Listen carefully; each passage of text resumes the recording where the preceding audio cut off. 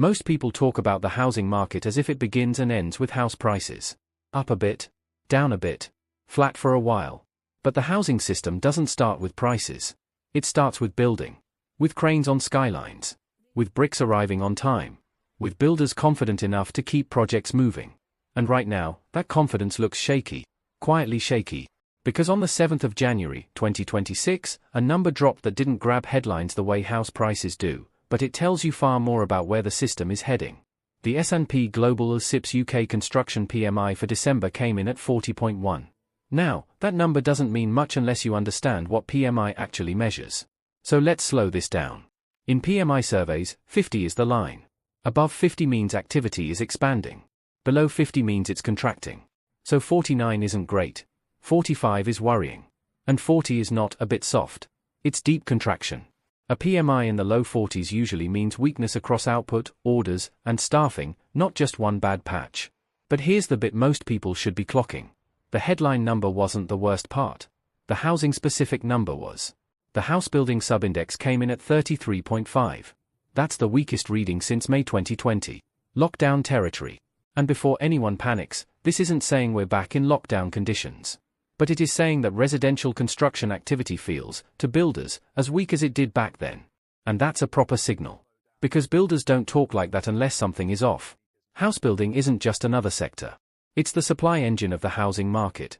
When builders are confident, sites run at pace. Completions flow. Jobs stay steady. Mortgage demand stays healthy. When builders pull back, sites slow. Labor demand softens. Completions drop later. And local markets lose momentum. And here's the uncomfortable truth. Builders are also one of the best confidence indicators in the entire system. They commit money early. They take risk early. They feel demand before prices move. So when housebuilding drops into the low 30s and stays there, it's not just about materials or planning delays. It's about demand. It's about hesitation. It's about people, buyers, lenders, developers, sitting on their hands. And that's exactly what Reuters highlighted. They didn't blame red tape.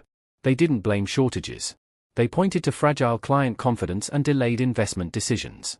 In plain English, people aren't sure enough to press go. And when nobody presses go, the system slows. This isn't a one-month wobble. Here's another detail that matters. This isn't the first bad month. This is the 12th consecutive month of contraction. A full year. That's the longest run since the global financial crisis era. And duration matters. Because one bad month can be ignored. 2 or 3 months might be noise. But 12 months? That changes behavior. When weakness lasts that long, businesses stop treating it as temporary. They plan around it. They pace sites slower. They buy less land. They hold off hiring. They cut back quietly. Not because they are dramatic. Because they are being careful. And careful behavior across an entire sector changes the housing market in ways that don't show up overnight. This is how slow damage works. But rates came down, didn't they? Yes. The Bank of England cut bank rate to 3.75% in December. But here's the bit that matters. The vote was tight. 5-4. That tells you policy isn't on autopilot. It tells you rate cuts aren't guaranteed.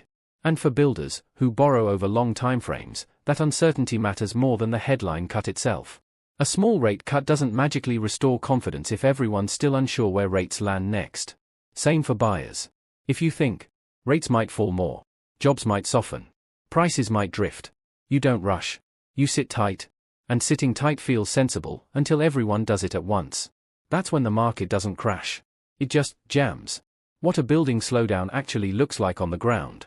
A slowdown doesn't always look dramatic. Sometimes it looks boring. A site that's still open, but quieter. A crane that's still there, but not moving much. A show home with fewer viewings. To the casual eye, nothing's wrong. But behind the scenes, subcontractors lose hours. Hiring freezes creep in. Suppliers feel the pinch. Local income confidence weakens. And housing is deeply local. If a big site slows in an area, local spending slows too. People notice. They feel it. And that feeds back into buyer behavior. Because nobody stretches themselves into a mortgage when they feel even slightly unsure about work. Especially not after the last few years. For buyers, a slowdown in housebuilding sends mixed signals. On one hand, fewer completions later can mean tighter supply. On the other, the slowdown itself often reflects weak demand. So buyers wait. They think, there's no rush, mate. Prices aren't running away. Let's see what happens next. That waiting is rational. But when lots of buyers wait, transaction volume drops. Liquidity dries up. Chains break more easily. And a low liquidity market is fragile. For homeowners, especially in areas dependent on new builds, this matters too. New builds often anchor chains. If those chains slow, upgrades become harder. Not impossible. Just slower. More frustrating. More fragile. Now, to be clear, PMI isn't a rent dataset. It doesn't tell you what rents will do next month. But construction feeds into rental markets over time. If fewer homes are built today, pressure doesn't vanish. It shifts. You can end up with weak buyer demand, but stubborn rental pressure. And that's a horrible combination. Because renters don't benefit from flat prices. They feel supply constraints without asset upside. And that's why construction matters beyond just house prices. If you look at housing discussions online, you see the mood clearly. People aren't euphoric. They're cautious. They talk about build quality, service charges, incentives that look a bit dodgy, developers promising one thing and delivering another. That doesn't mean all new builds are bad. But it does mean trust is thin. And when trust is thin, people double-check everything. They don't rush. They don't stretch. They wait. And waiting is contagious. Let's be clear. This is not 2008. There's no banking panic here. No sudden credit freeze. No overnight collapse. But the mechanics rhyme. In 2008, construction was hit early because it relies on credit and confidence. Today, construction looks weak again, not because banks collapsed, but because confidence is fragile. This feels like a slow squeeze. Cautious rates. Hesitant buyers. Builders pulling back. Surveys showing prolonged contraction. And slow squeezes are dangerous precisely because they don't scream. They whisper. The next confirmation point isn't a headline. It's boring. It's whether ONS construction output data confirms similar weakness once published. PMI is fast. ONS is measured reality. If both line up, the story hardens. If they diverge, it tells you sentiment ran ahead of reality. Either way, the PMI has already done its job. It's flagged stress.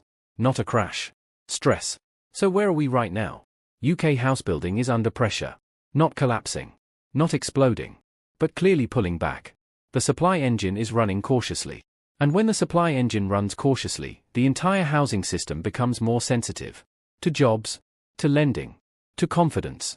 This doesn't mean disaster. But it does mean the housing market has changed character. Quietly. Slowly. Under the surface. If you're in the UK, I'm genuinely curious. Are building sites near you as busy as they were a year ago, or do they feel slower? Drop a comment. And if you want calm, evidence-based breakdowns of the UK housing system, without hype, consider subscribing. Because this isn't the end of the story. But it may be the moment the system quietly told us it's under strain.